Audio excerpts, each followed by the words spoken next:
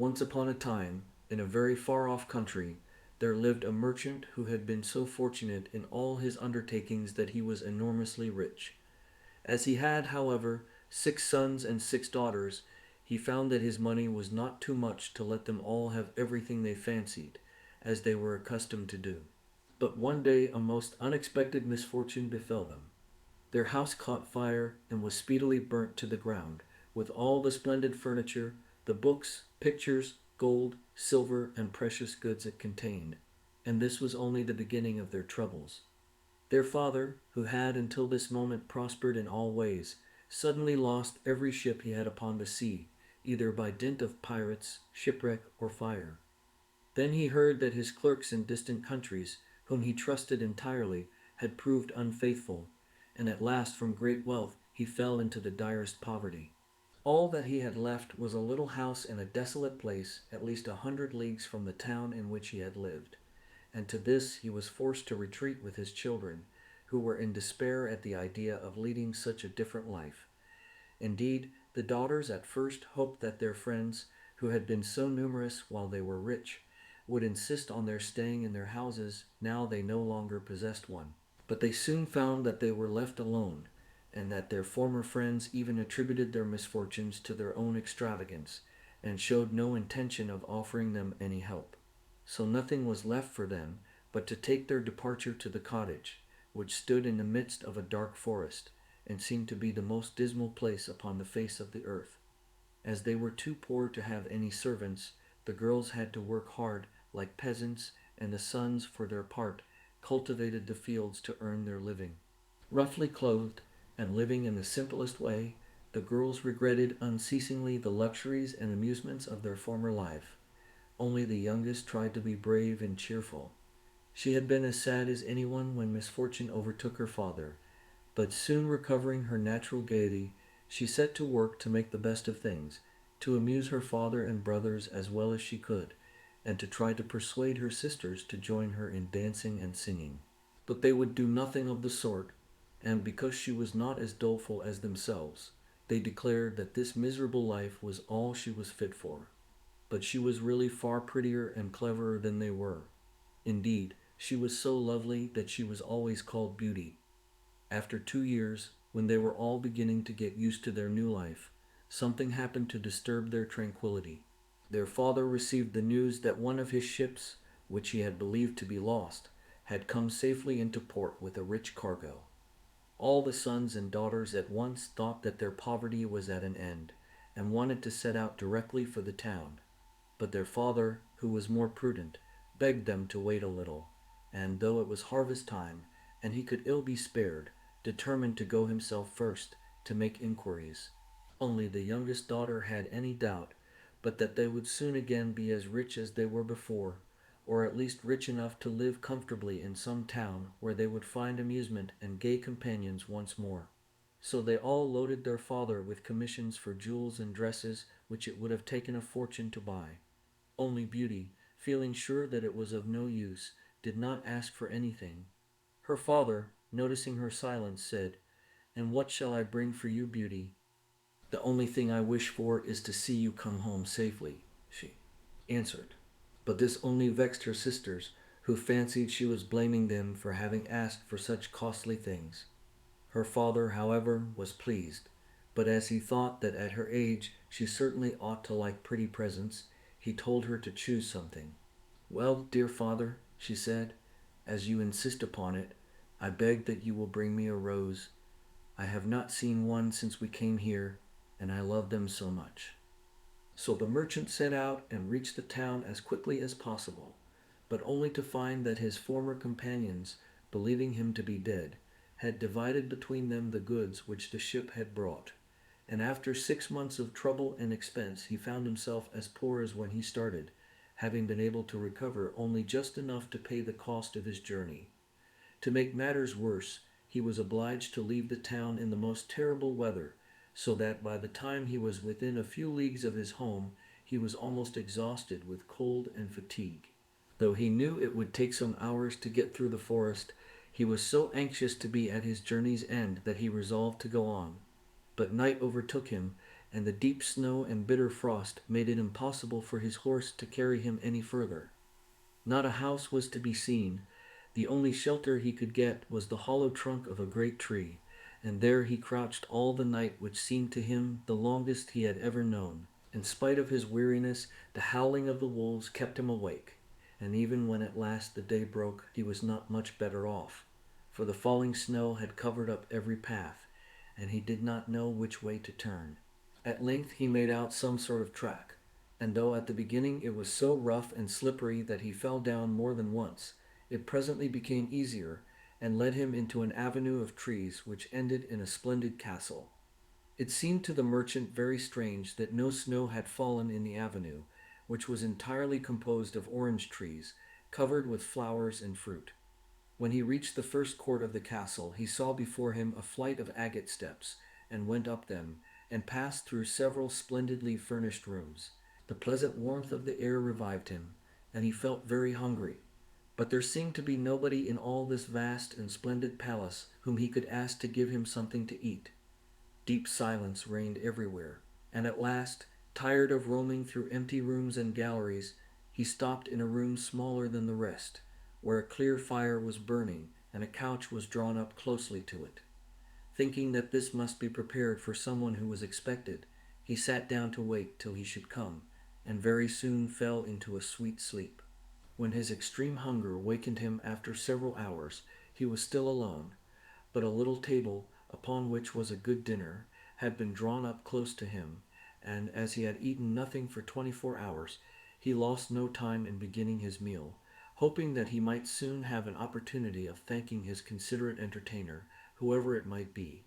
But no one appeared, and even after another long sleep, from which he awoke completely refreshed, there was no sign of anybody, though a fresh meal of dainty cakes and fruit was prepared upon the little table at his elbow. Being naturally timid, the silence began to terrify him, and he resolved to search once more through all the rooms. But it was of no use. Not even a servant was to be seen. There was no sign of life in the palace. He began to wonder what he should do, and to amuse himself by pretending that all the treasures he saw were his own, and considering how he would divide them among his children. Then he went down into the garden, and though it was winter everywhere else, here the sun shone, and the birds sang, and the flowers bloomed, and the air was soft and sweet. The merchant, in ecstasies with all he saw and heard, said to himself, "All this must be meant for me. I will go this minute and bring my children to share all these delights." In spite of being so cold and weary when he reached the castle, he had taken his horse to the stable and fed it. Now he thought he would saddle it for his homeward journey, and he turned down the path which led to the stable. This path had a hedge of roses on each side of it, and the merchant thought he had never seen or smelt such exquisite flowers. They reminded him of his promise to Beauty, and he stopped and had just gathered one to take to her when he was startled by a strange noise behind him. Turning round, he saw a frightful beast, which seemed to be very angry, and said, in a terrible voice, "Who told you that you might gather my roses? Was it not enough that I allowed you to be in my palace and was kind to you? This is the way you show your gratitude, by stealing my flowers, but your insolence shall not go unpunished." The merchant, terrified by these furious words, dropped the fatal rose, and throwing himself on his knees, cried, Pardon me, noble sir. I am truly grateful to you for your hospitality, which was so magnificent that I could not imagine that you would be offended by my taking such a little thing as a rose. But the beast's anger was not lessened by this speech. "You are very ready with excuses and flattery," he cried, "but that will not save you from the death you deserve." "Alas," thought the merchant, "if my daughter could only know what danger her rose has brought me into." And in despair he began to tell the beast all his misfortunes and the reason of his journey, not forgetting to mention Beauty's request. A king's ransom would hardly have procured all that my other daughters asked. He said, "But I thought that I might at least take Beauty her rose. I beg you to forgive me, for you see I meant no harm." The beast considered for a moment, and then he said, in a less furious tone, "I will forgive you on one condition, that is, that you will give me one of your daughters." "Ah!" cried the merchant, "if I were cruel enough to buy my own life at the expense of one of my children's, what excuse could I invent to bring her here?" "No excuse would be necessary," answered the beast. "If she comes at all, she must come willingly.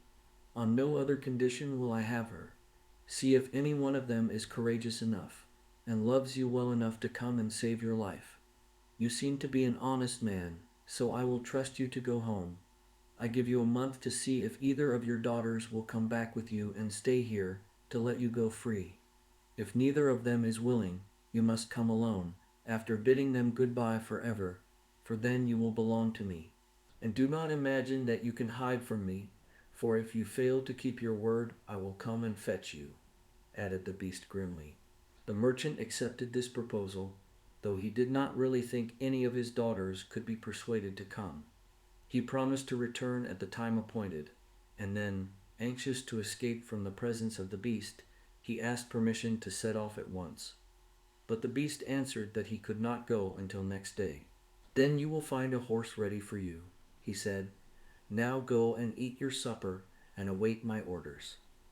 The poor merchant, more dead than alive, went back to his room, where the most delicious supper was already served on the little table which was drawn up before a blazing fire.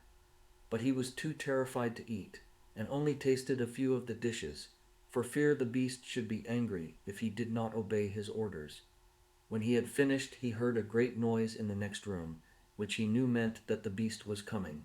As he could do nothing to escape his visit, the only thing that remained was to seem as little afraid as possible. So when the beast appeared and asked roughly if he had supped well, the merchant answered humbly that he had, thanks to his host's kindness. Then the beast warned him to remember their agreement, and to prepare his daughter exactly for what she had to expect. "Do not get up tomorrow," he added, "until you see the sun and hear a golden bell ring. Then you will find your breakfast waiting for you here, and the horse you are to ride will be ready in the courtyard. He will also bring you back again when you come with your daughter a month hence. Farewell, take a rose to Beauty, and remember your promise." The merchant was only too glad when the beast went away, and though he could not sleep for sadness, he lay down until the sun rose. Then, after a hasty breakfast, he went to gather Beauty's rose, and mounted his horse, which carried him off so swiftly that in an instant he had lost sight of the palace, and he was still wrapped in gloomy thoughts when it stopped before the door of the cottage.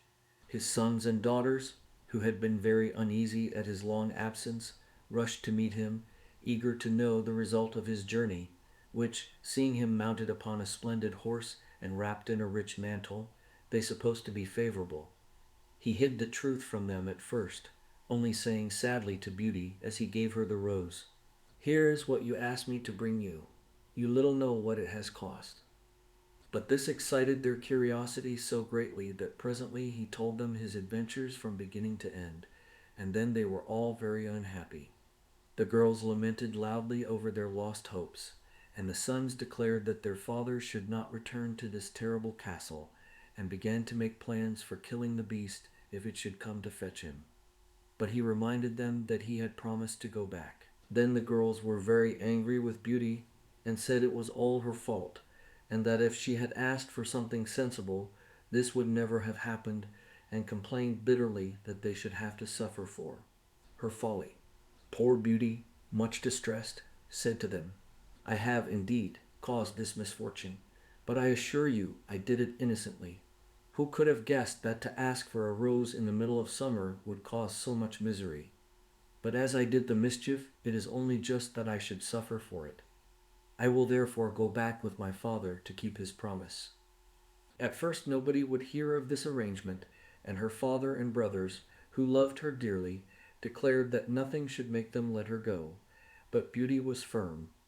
As the time drew near, she divided all her little possessions between her sisters, and said good-bye to everything she loved, and when the fatal day came she encouraged and cheered her father as they mounted together the horse which had brought him back. It seemed to fly rather than gallop, but so smoothly that Beauty was not frightened. Indeed, she would have enjoyed the journey if she had not feared what might happen to her at the end of it. Her father still tried to persuade her to go back, but in vain.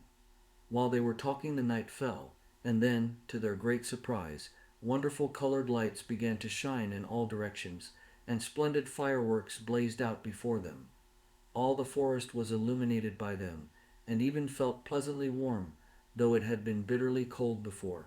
This lasted until they reached the avenue of orange trees, where were statues holding flaming torches, and when they got nearer to the palace they saw that it was illuminated from the roof to the ground, and music sounded softly from the courtyard.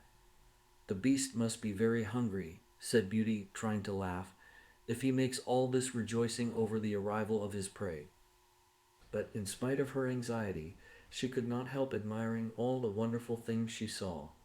The horse stopped at the foot of the flight of steps leading to the terrace, and when they had dismounted her father led her to the little room he had been in before, where they found a splendid fire burning, and the table daintily spread with a delicious supper. The merchant knew that this was meant for them, and Beauty, who was rather less frightened now that she had passed through so many rooms and seen nothing of the beast, was quite willing to begin, for her long ride had made her very hungry. But they had hardly finished their meal when the noise of the beast's footsteps was heard approaching, and Beauty clung to her father in terror, which became all the greater when she saw how frightened he was. But when the beast really appeared, though she trembled at the sight of him, she made a great effort to hide her terror, and saluted him respectfully. This evidently pleased the beast. After looking at her, he said, in a tone that might have struck terror into the boldest heart, though he did not seem to be angry, "Good evening, old man. Good evening, Beauty." The merchant was too terrified to reply, but Beauty answered sweetly, "Good evening, beast." "Have you come willingly?" asked the beast. "Will you be content to stay here when your father goes away?" Beauty answered bravely that she was quite prepared to stay. "I am pleased with you," said the beast. "As you have come of your own accord, you may stay. As for you, old man," he added, turning to the merchant, "at sunrise tomorrow you will take your departure. When the bell rings, get up quickly and eat your breakfast, and you will find the same horse waiting to take you home. But remember that you must never expect to see my palace again." Then turning to Beauty, he said, "Take your father into the next room, and help him to choose everything you think your brothers and sisters would like to have. You will find 2 traveling trunks there. Fill them as full as you can. It is only just that you should send them something very precious as a remembrance of yourself." Then he went away, after saying, "Goodbye, Beauty. Goodbye, old man." And though Beauty was beginning to think with great dismay of her father's departure, she was afraid to disobey the beast's orders, and they went into the next room, which had shelves and cupboards all round it. They were greatly surprised at the riches it contained. There were splendid dresses fit for a queen, with all the ornaments that were to be worn with them. And when Beauty opened the cupboards, she was quite dazzled by the gorgeous jewels that lay in heaps upon every shelf. After choosing a vast quantity, which she divided between her sisters, for she had made a heap of the wonderful dresses, for each of them, she opened the last chest, which was full of gold. "I think, father," she said, "that, as the gold will be more useful to you, we had better take out the other things again and fill the trunks with it." So they did this, but the more they put in the more room there seemed to be, and at last they put back all the jewels and dresses they had taken out, and Beauty even added as many more of the jewels as she could carry at once, and then the trunks were not too full, but they were so heavy that an elephant could not have carried them. "The beast was mocking us," cried the merchant. "He must have pretended to give us all these things, knowing that I could not carry them away." "Let us wait and see," answered Beauty. "I cannot believe that he meant to deceive us. All we can do is to fasten them up and leave them ready." So they did this and returned to the little room, where, to their astonishment, they found breakfast ready. The merchant ate his with a good appetite, as the beast's generosity made him believe that he might perhaps venture to come back soon and see Beauty. But she felt sure that her father was leaving her forever, so she was very sad when the bell rang sharply for the second time, and warned them that the time had come for them to part. They went down into the courtyard, where 2 horses were waiting, one loaded with the 2 trunks. the other for him to ride. They were pawing the ground in their impatience to start, and the merchant was forced to bid Beauty a hasty farewell. And as soon as he was mounted, he went off at such a pace that she lost sight of him in an instant. Then Beauty began to cry, and wandered sadly back to her own room.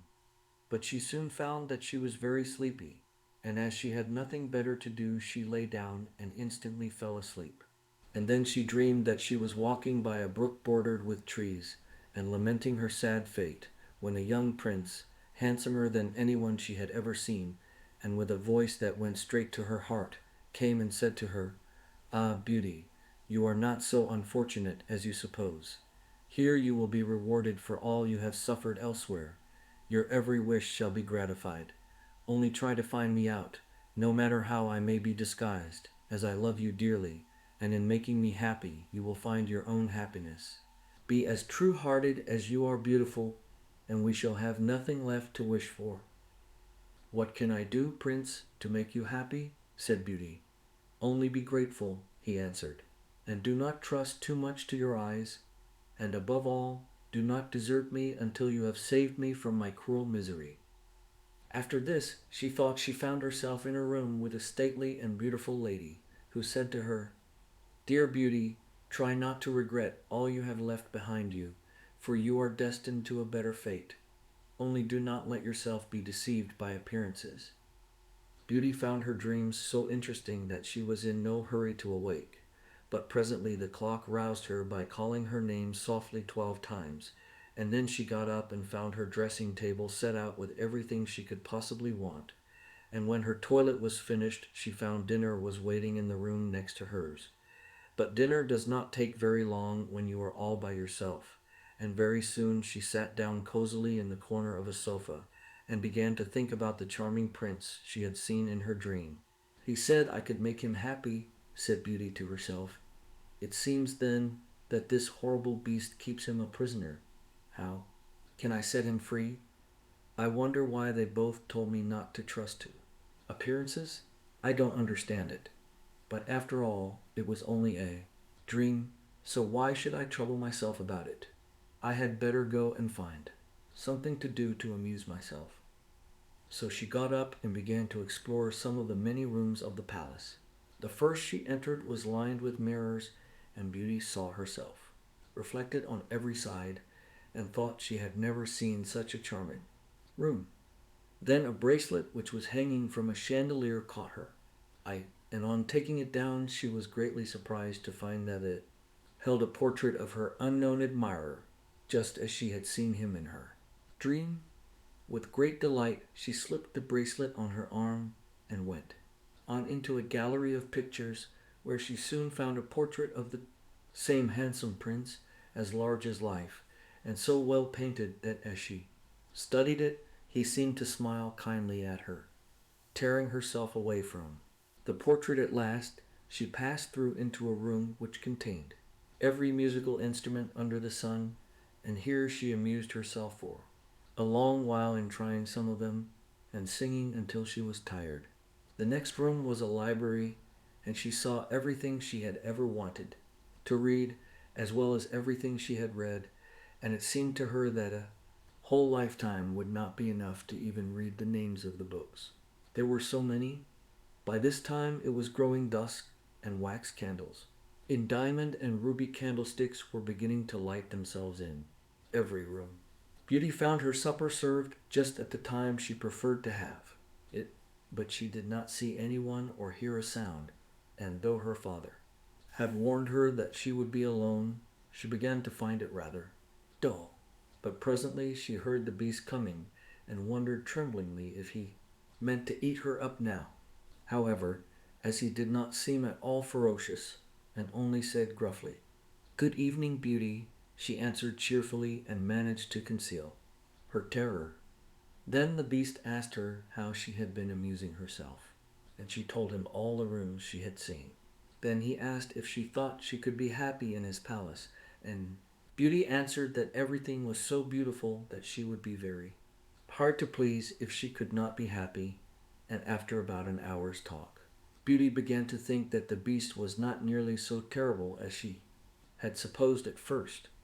Then he got up to leave her and said in his gruff voice, "Do you love me, Beauty? Will you marry me?" "Oh, what shall I say?" cried Beauty, for she was afraid to make the beast angry by refusing. "Say yes or no without fear," he replied. "Oh, no, beast," said Beauty hastily. "Since you will not, good night, Beauty," he said. And she answered, "Good night, beast," very glad to find that her refusal had not provoked him. And after he was gone, she was very soon in bed and asleep, and dreaming of her unknown prince. She thought he came, and said to her, "Ah, Beauty, why are you so unkind to me?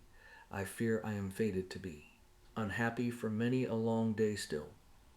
And then her dreams changed, but the charming prince figured in them all, and when morning came her first thought was to look at the portrait and see if it was really like him, and she found that it certainly was. This morning she decided to amuse herself in the garden, for the sun shone and all the fountains were playing, but she was astonished to find that every place was familiar to her, and presently she came to the brook where the myrtle trees were growing, where she had first met the prince in her dream, and that made her think more than ever that he must be kept a prisoner by the beast.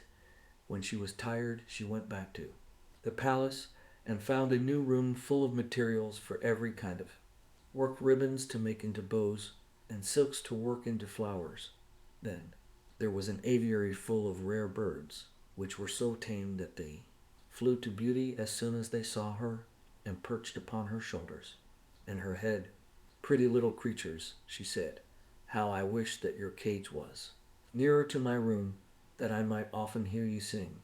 So saying, she opened a door, and found, to her delight, that it led into her own room, though she had thought it was quite the other side of the palace. There were more birds in a room farther on, parrots and cockatoos that could talk, and they greeted Beauty by name. Indeed, she found them so entertaining that she took one or two back to her room, and they talked to her while she was at supper, after which the beast paid her his usual visit, and asked her the same questions as before, and then, with a gruff "Good night," he took his departure, and Beauty went to bed to dream of her mysterious prince. The days passed swiftly in different amusements, and after a while Beauty found out another strange thing in the palace, which often pleased her when she was tired of being alone. There was one room which she had not noticed particularly. It was empty, except that under each of the windows stood a very comfortable chair, and the first time she had looked out of the window, it had seemed to her that a black curtain prevented her from seeing anything outside. But the second time she went into the room, happening to be tired, she sat down in one of the chairs, when instantly the curtain was rolled aside, and a most amusing pantomime was acted before her. There were dances and colored lights and music and pretty dresses, and it was all so gay that Beauty was in ecstasies. After that she tried the other 7 windows in turn, and there was some new and surprising entertainment to be seen from each of them, so that Beauty never could feel lonely any more. Every evening after supper the beast came to see her, and always before saying good night asked her in his terrible voice, "Beauty, will you marry me?" And it seemed to Beauty, now she understood him better, that when she said, "No, beast," he went away quite sad. But her happy dreams of the handsome young prince soon made her forget the poor beast, and the only thing that at all disturbed her was to be constantly told to distrust appearances, to let her heart guide her, and not her eyes, and many other equally perplexing things, which, consider as she would, she could not understand. So everything went on for a long time, until at last, happy as she was, Beauty began to long for the sight of her father and her brothers and sisters. And one night, seeing her look very sad, the beast asked her what was the matter. Beauty had quite ceased to be afraid of him. Now she knew that he was really gentle in spite of his ferocious looks and his dreadful voice. So she answered that she was longing to see her home once more, Upon hearing this, the beast seemed sadly distressed, and cried miserably, "Ah, Beauty, have you the heart to desert an unhappy beast like this? What more do you want to make you happy? Is it because you hate me that you want to escape?" "No, dear beast," answered Beauty softly. "I do not hate you, and I should be very sorry never to see you any more. But I long to see my father again. Only let me go for 2 months, and I promise to come back to you and stay for the rest of my life." The beast, who had been sighing dolefully while she spoke, now replied, "I cannot refuse you anything you ask, even though it should cost me my life. Take the 4 boxes you will find in the room next to your own, and fill them with everything you wish to take with you. But remember your promise and come back when the 2 months are over, or you may have cause to repent it. For if you do not come in good time, you will find your faithful beast dead. You will not need any chariot to bring you back.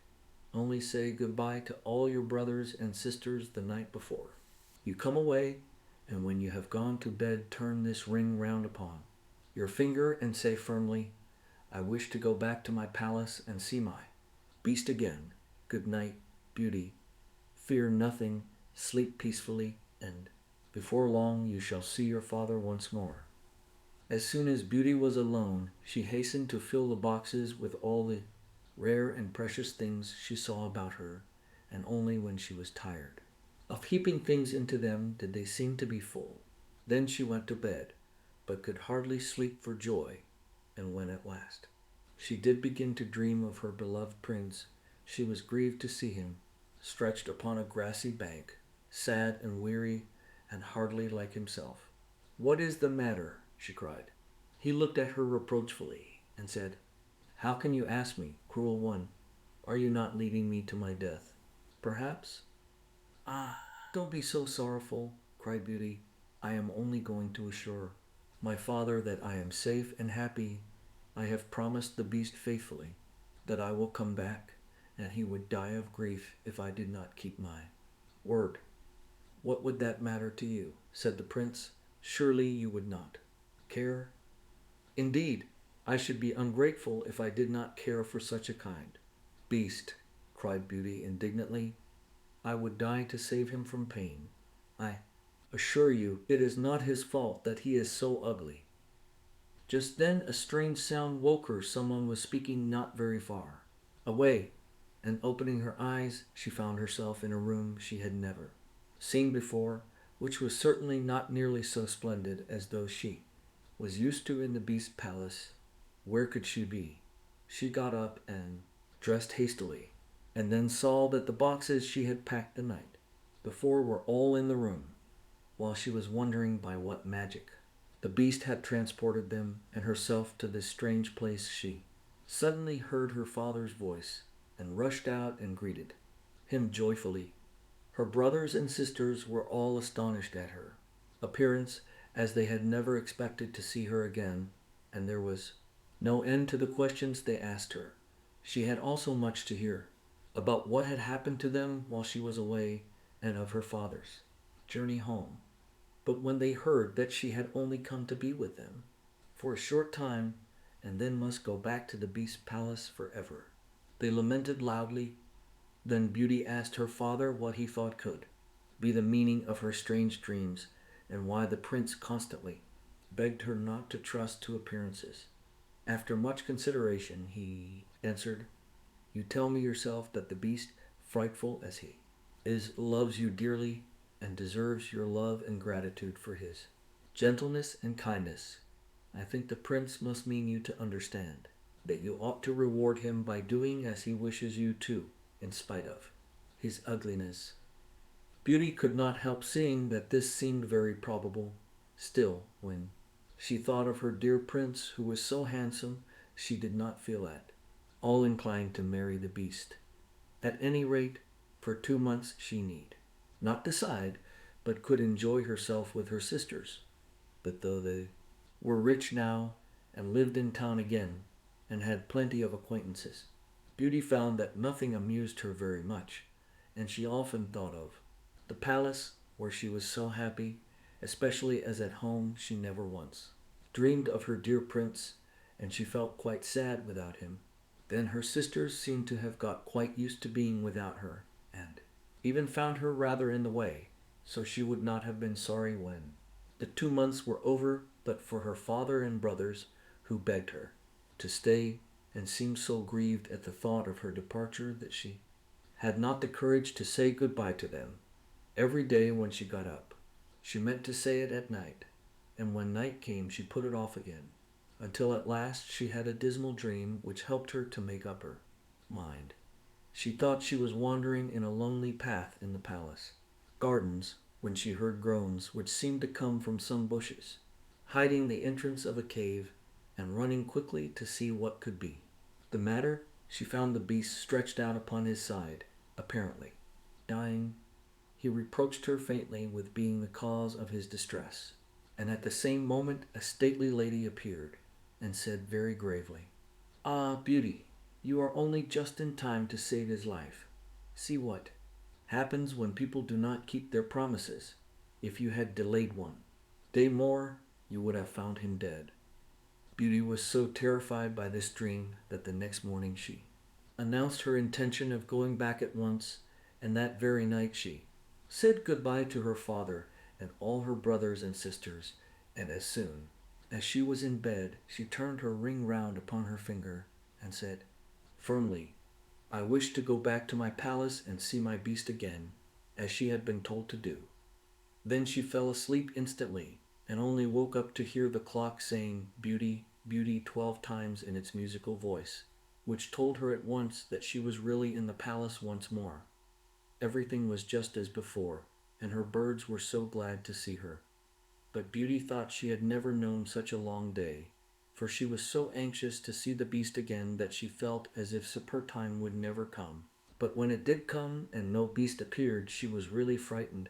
So, after listening and waiting for a long time, she ran down into the garden to search for him.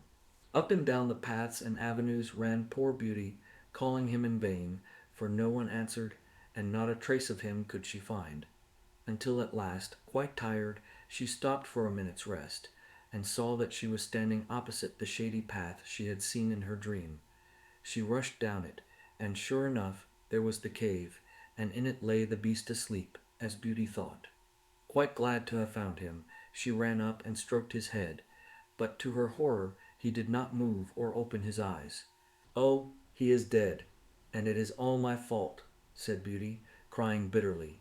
But then, looking at him again, she fancied he still breathed, and hastily fetching some water from the nearest fountain, she sprinkled it over his face, and to her great delight he began to revive. "Oh, beast, how you frightened me!" she cried. "I never knew how much. I loved you until just now, when I feared I was too late to save your life."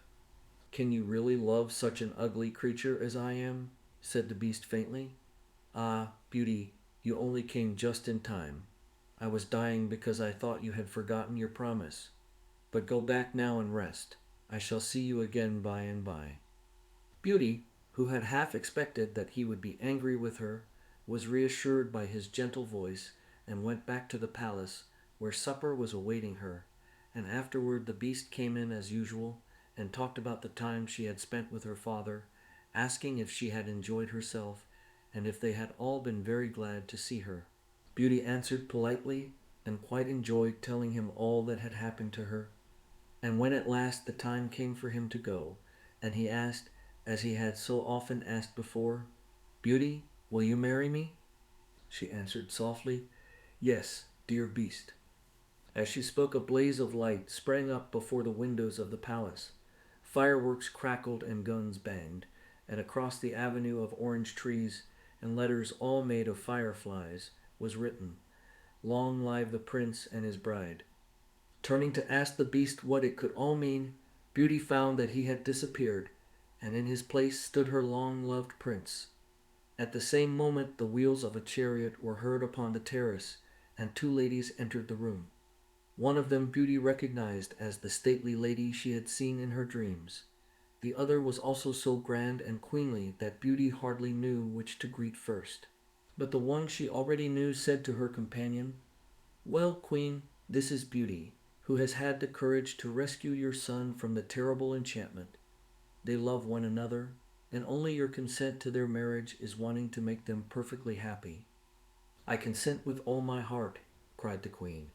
How can I ever thank you enough, charming girl, for having restored my dear son to his natural form? And then she tenderly embraced Beauty and the Prince, who had meanwhile been greeting the fairy and receiving her congratulations. Now, said the fairy to Beauty, I suppose you would like me to send for all your brothers and sisters to dance at your wedding. And so she did, and the marriage was celebrated the very next day with the utmost splendor, and Beauty and the Prince lived happily ever after.